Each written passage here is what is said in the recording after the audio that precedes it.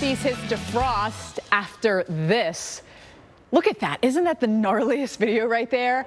We smashed records thanks to our Arctic blast. Welcome back into America's Morning headquarters. The tallest mountain in the region, that is New Hampshire's Mount Washington behind me, setting a record wind chill of 108 degrees below zero. I can't even comprehend what 108 degrees below zero means. As for actual temperatures, Boston chilled at 10 below, while Watertown, New York crashed to 33 below. Both new records. By the way, the one in Boston breaks a record from the 1800s and kills a record. The old record was 2 below. They got to 10 below.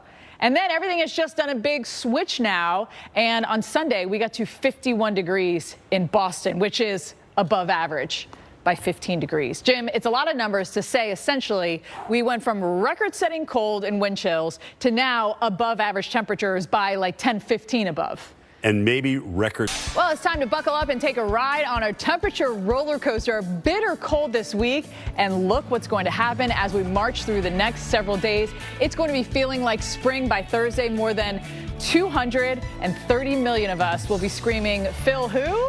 Because remember, Phil said there'd be 6 more weeks of winter, and a February storm is getting ready to bring soggy, raw conditions anywhere really from the Northeast all the way into portions of the Midwest, and it could bring the flooding potential for some of us here in the South, from Missouri down into Texas. Welcome into America's Morning headquarters. I'm meteorologist Stephanie Abrams, alongside meteorologist Kelly Cass and Jim Cantori. Jim, today is the calm before the storm. It is, and I think a lot is your shift in the winds. So if your winds are coming more from the south, and that's going to bring up your warmer temperatures. If they come from the north, it'll bring down your cooler temperatures. So highs today into the 60s and 70s. Look at Nashville, 64, Oklahoma, 67. Tomorrow, we're going to stay warm, a little bit cooler as we head into Oklahoma. But Corpus Christi on into Florida, Florida and Texas really feeling that heat. And there's your southerly flow ahead of our low pressure. Also around this high pressure, right in between those two, is where you're going to feel that warmth. So we're going to be near 80 degrees in Montgomery, Alexandria. Open the pools. I mean, it is just straight hot out here. Little Rock, our average high is 53. And notice today we're going to be at 68. We stay actually above average until we get into our Friday. That's when things are going to cool off for us here. But Wednesday is when the storms come through, into Thursday into Nashville. Our average high is 52. We're going to be 15, nearly 20 degrees above that. Finally getting back towards average and that sunshine here into our Friday. But we're warm really through mid-February.